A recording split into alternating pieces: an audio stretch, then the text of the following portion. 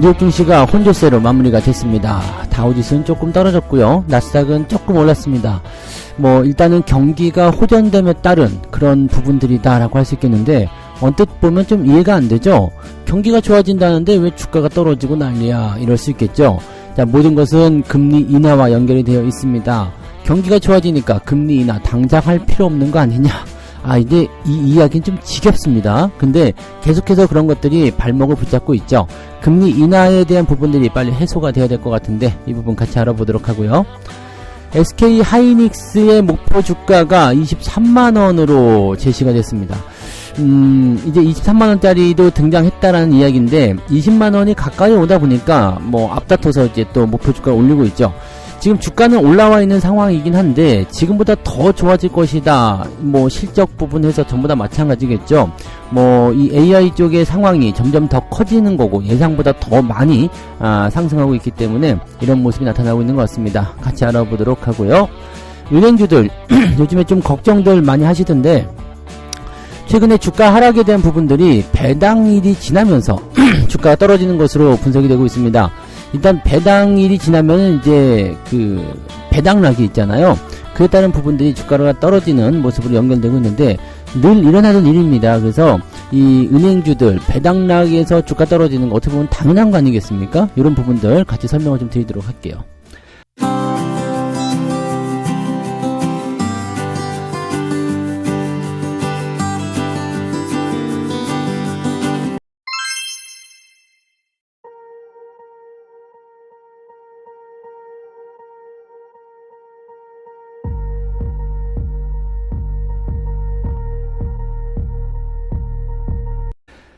네, 반갑습니다. 오늘은 4월 2일이고요. 화요일 시작하도록 하겠습니다. 자, 미국 증시는 약간 혼조 양상으로 진행이 됐습니다. 특별한 거는 없었어요. 특별하진 않았는데, 많이 내린 건 또 아니죠. 그 다음에 변화가 큰 것도 아니죠. 근데 일단은 장 초반 시점에서는 그래도 그나마 괜찮았었단 말이죠. 그리고 나서 주가가 조금 밀리는 듯한 느낌으로 대부분 마무리가 됐습니다.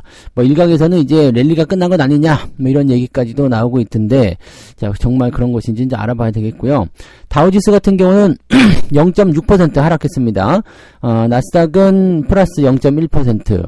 그러니까 지금 0. 몇 프로 이런 거 큰 의미는 없죠. 근데 다우지수는 지금 4만 포인트라는 하나의 그 기록점, 그러니까 새로운 어떤 신고가를 앞두고 있었던 상황이었기 때문에 이런 부분들은 상당히 아쉽다라는 표현이 좀 될 수밖에 없겠죠. 그래서 조금은 일단 4만 찍고 나서 내려오지, 이런 생각이 들 수도 있고요. 아니면 좀 내려갔다가 다시 4만 넘어갈 수도 있는 거니까요. 좀 살펴봐야 될 것 같긴 합니다.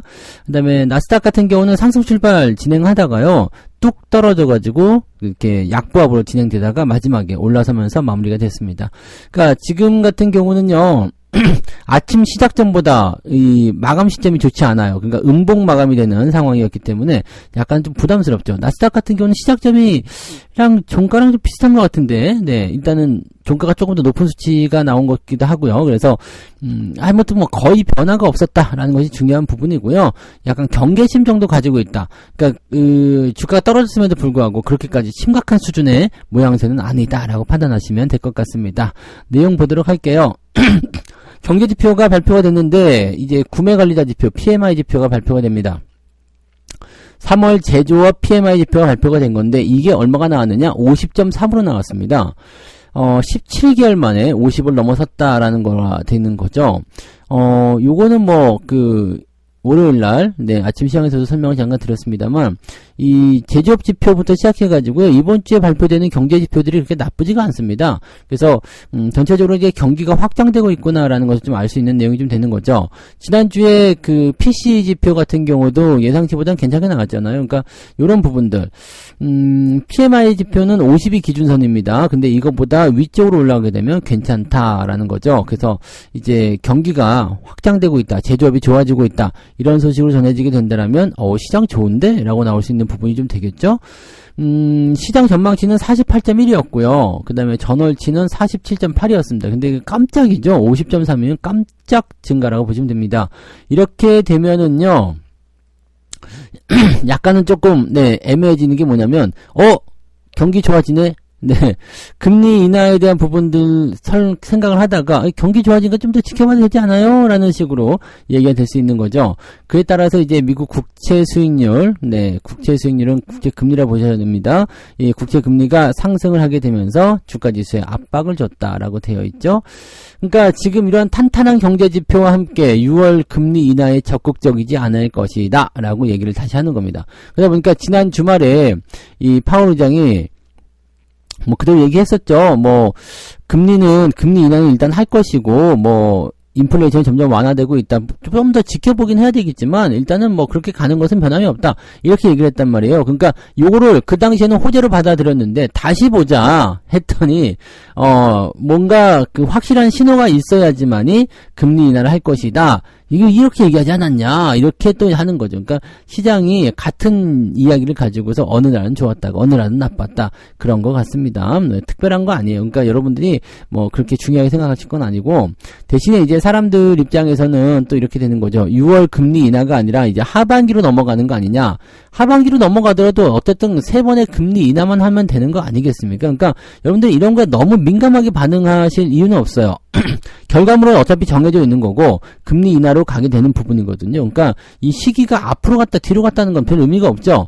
뭐 이게 뭐 당장 뭐 10년 후의 일이다 이렇게 하면은 문제가 될 수 있겠지만 뭐 이제 올해 안에 다 일어나야 되는 일이니까 뭐 그렇게까지 크게 걱정하지 않으셔도 됩니다. 대신에 그걸 따라서 주가의 어떤 흐름이 당장 올라가느냐 아니면 시간을 좀 두고 올라가느냐 그 차이일 뿐입니다. 그러니까 이런 부분들을 가지고서 여러분들이 뭐 시장 이제 글러먹었어 이제 안 돼 뭐 이렇게 생각하실 이유가 전혀 없다라는 겁니다. 그래서 지금 이렇게 단기적으로 많이 올라온 부분들에 대한 조정은 좀 있을 수 있어요. 그러니까 항상 조심해야 되는 것들은 단기 급등한 종목들을 추격 매수하지 않는 것이 중요한 거고 조정이 나왔을 때 네, 그런 부분들은 어차피 그 결과물들이 우상향으로 정해져 있는 상황이기 때문에 조정을 통해서 주가가 떨어지게 되면 그 시점을 잡아주는 그런 전략으로 하실 필요가 있다는 얘기입니다. 그러니까 그것만 잘 지켜주시면 여러분들이 큰 문제는 없을 것이다 라고 보시면 됩니다. 네, 기술주 종목들 살펴보게 되시면은 뭐 특별히 나쁘지 않습니다. 엔비디아는 장 초반이었죠. 한 2%대까지 상승하는 모습이 좀 있었던 것 같은데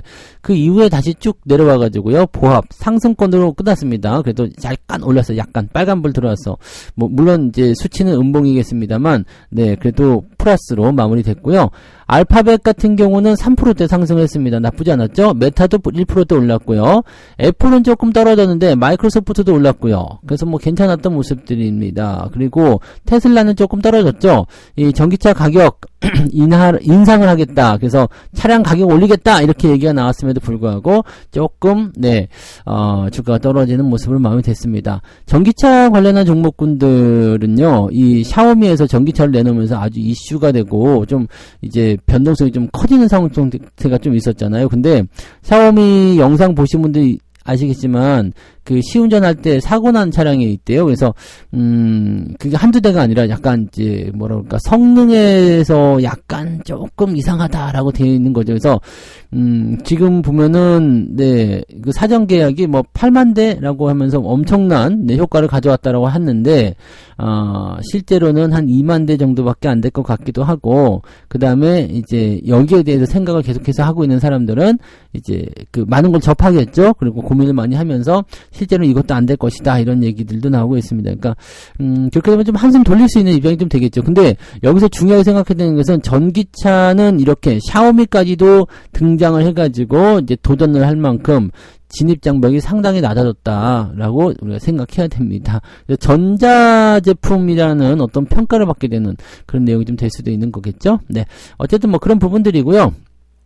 전체적으로 기술주들 살펴보게 되시면 뭐 오른 종목들 내린 종목들 조금 있게 있는데 그냥 그렇게까지 큰 영향을 주는 것은 아닌 것 같다 판단됩니다. 그리고 AI 쪽 관련한 부분들은 여전히 네 뭐 악재가 나왔음에도 불구하고 오히려 또 잘 견디는 모습들 나타나고 있어서 크게 문제는 없는 모습인 것 같습니다.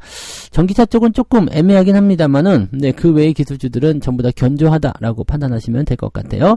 뭐 국내 증시에도 뭐 별다른 영향은 없겠죠. 그래서 AI 쪽 움직임들 네, 계속적으로 잘 유지가 될 것이라 판단되고요.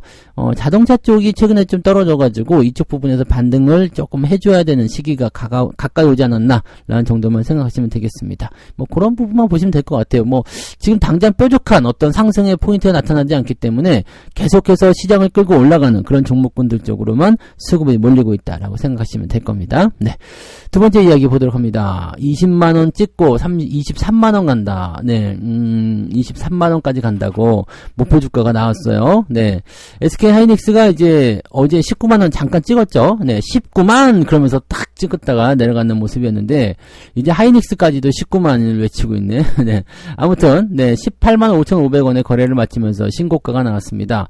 계속 신고가예요. 장중에 19만 500원까지 올라가서 아주 그냥 기가 막힌 모습이었는데 19만원에서 만원도 올리는 거 어려운 일이 아니거든요. 한 5%만 올라가면 되잖아요. 그러니까 뭐 금방 도달이 가능할 수도 있는 수치이기도 합니다. 20만원 정도는요. 그래서 제가 예전에 2022년도 연말쯤이었죠. 하이닉스에 20만원 가니까 우리가 열심히 좀 사보자 해서 이제 8만원대부터 진입을 해왔던 모습인데 그 20만원이 바로 눈앞에 있습니다. 네, 꿈은 이루어진다. 뭐 그런 거 아니겠어요? 근데 지금 상황을 봐서는요, 20만원이 이게, 여기서 끝날 상황은 아닌 것 같더라고요. 그러니까 보니까 최근에 반도체 수출이 지속적으로 늘어납니다. 2022년 6월 이후에 21개월 만에 최대치를 기록했다라고 되어 있는 모습이 있고요. 요즘에 최근 보면은 그래요. 수출입 동향에서 반도체 수출이 계속 늘어나고 있어요. 그리고 이 HBM 같은 경우는 뭐 어마어마합니다. 지금 이 HBM의 그 성장 같은 경우는요, 이제 공장이 이것을 따라가지 못하는, 즉 생산 속도가 이 수요를 따라가지 못하는 그런 형태로 되어 있기 때문에 무지막지하게 커질 것으로 전망이 되고 있죠. 이 시장 규모 자체가 대단히 큰데 이 HBM 시장 규모가 지금 올해 19조 원이다라고 되어 있는데요. 이 19조 원을 거의 한국 기업들이 독식을 하고 있는 거잖아요. 삼성전자하고 하이닉스가 독식을 하고 있는 거죠. 그러니까 이렇게 되면은 생각해 보세요. 19조 원이다. 그러면 하이닉스가 53%에 삼성전자가 지금 38%로 시장 점유율이 나오고 있는데 둘이 합치면 어떻게 되는 거예요? 90% 넘잖아요. 그러니까 19조 원에 90%가 넘으면 어떻게 되는겨? 네, 많죠. 계산해보면 뭐 대충 뭐 한 6, 7조는 우리가 갖고 온다는 거 보시면 되는 거 아니겠습니까? 그럼 올해 HBM으로 서로 양분해서 갈라지는데 이 16, 7조에서 반만 잘라도요, 하이닉스가 HBM을 걷어들일 수 있는 이익률이 어떻게 돼요? 한 8조쯤 된다는 얘기잖아요. 그러니까 이런 거, 8조. 와, 8조가 더 되는 거라고 봐야 되죠? 이제, 그런 상황을 보면 19조에서 53%니까, 네, 8조, 9조 정도, 9조 원 정도. 그러니까 HBM으로만 이렇게 커질 수 있다는 것이 그냥 산술적인 계산으로 나오는 거죠. 근데 이렇게 된다 그러면 어마어마한 수치가 아니겠습니까? 그래서, 생각보다도 더 괜찮은 결과 나올 것 같아 생각되고요. 2029년도에는 50조 원이래잖아요. 근데 이런 그 상황을 계속 유지한다. 뭐 하이닉스랑 삼성전자가 계속 이렇게 약 90% 정도의 어떤 시장 점유율을 가지고 간다. 그러면 50조 원의 90%면 48조 되는 거죠. 네, 그러면 네, 반반씩만 갈라먹어도 20조 원씩 넘게 나오면, 야, 하이닉스의 이런 그 단순 영업이익률 계산은 어마어마한 모습이 나타날 수가 있습니다. 그래서 이렇게 봤을 경우에는 HBM에 대한 기대감이 굉장히 커질 수밖에 없다는 얘기가 되는 거겠죠. 그래서 이런 부분들이고요.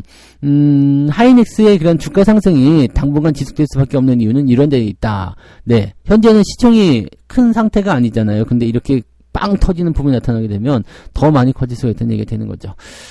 자, 그래서 이번 1분기 실적도 기대를 웃돌 것이다 전망이 나오고 있는데요. 매출은 11조 원, 영업이익 1조 원이다 라고 되어 있죠. 1분기 실적 컨센서스는 이렇게 되어 있습니다. 영업이익은 흑자 전환에 성공을 할 전망이다. 근데 흑자 전환이 조단이야. 네, 엄청나죠? 그 다음에 전년 동기 대비 매출도 135% 증가한다 되어 있습니다. 요즘에 이제 낸드 플래시 쪽의 가격, 디램 가격이 조금 정책이다라고 얘기가 있습니다만, 뭐, 그거는, 네, 어차피 수요 증가에 따라서 계속 증가할 수밖에 없다라고 보시면 될 것 같고요.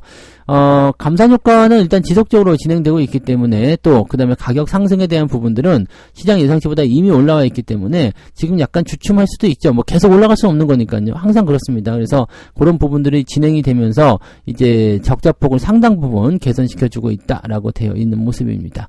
자, 그러다 보니까 다올투자증권에서는 적정 주가를 23만 6천 원으로 상향했다라고 되어 있는데 AI 메모리 수요 자극은 당분간 계속 이어질 것이다 라고 되어 있어서 2025년 이후까지도 빅사이클 주도가 지속될 것이다.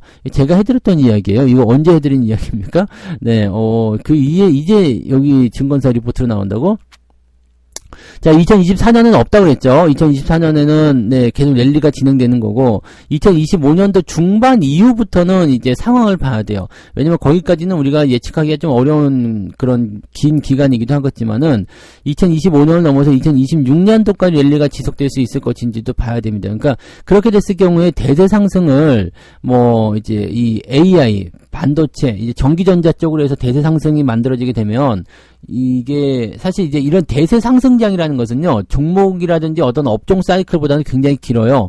업종 사이클은 뭐 한 18개월, 네, 그 정도면 끝나는 경우가 굉장히 많은데, 이 대세 상승, 경기와 같이 맞물려서 가는 이 대세 상승은 몇 년씩 가는 경우가 있거든요. 보통 이제 3년, 4년, 길게 보면 한 5, 6년까지도 대세 상승기가 진행됩니다. 그래서 이런 부분들이 만들어졌을 때, 네, 상당히 큰 수익이 나오는 경우가 많죠. 그러니까 이런 것들이 지금 이런 상황과, 지금 반도체가 이걸 너무나 잘 물고 들어간 거거든요. 경기가 좋아지고 있는 상태에서 아까 말씀했죠. 지표가 계속 좋아져요. 경기가 회복돼요. 금리가 떨어져요. 근데 AI가 여기서 이 시장 생태계를 열고 들어가기 때문에 이게 상당히 큰 기대감을 작용할 수 있다는 얘기죠. 그러니까 이런 쪽으로만 일단 생각만 좀 하고 계시면 될 것 같습니다.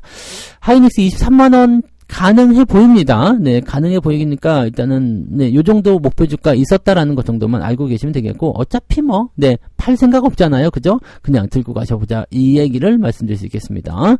세 번째 이야기 넘어갑니다. 저 PBR 대표인 은행주들이 벚꽃 엔딩, 네, 봄바람이 날리면 그건데, 배당락 떨어지면 계속 빠지는 모습이 좀 나타나는데요. 네, 벚꽃 엔딩이냐. 배당이 지나면 당연히 네, 주가 떨어지는 겁니다. 특히 이 배당락이라는 것을 여러분들 꼭 아셔야 되는 게 뭐냐면, 배당락은 그 배당 수익률 있죠. 배당 수익률만큼 떨어지는 게 일반적이에요. 그러니까 만약에 은행주가 평균 10% 정도의 배당 수익률을 줬다. 그러면은 일단 10% 빠지는 겁니다. 그렇게 생각하셔야지 돼요.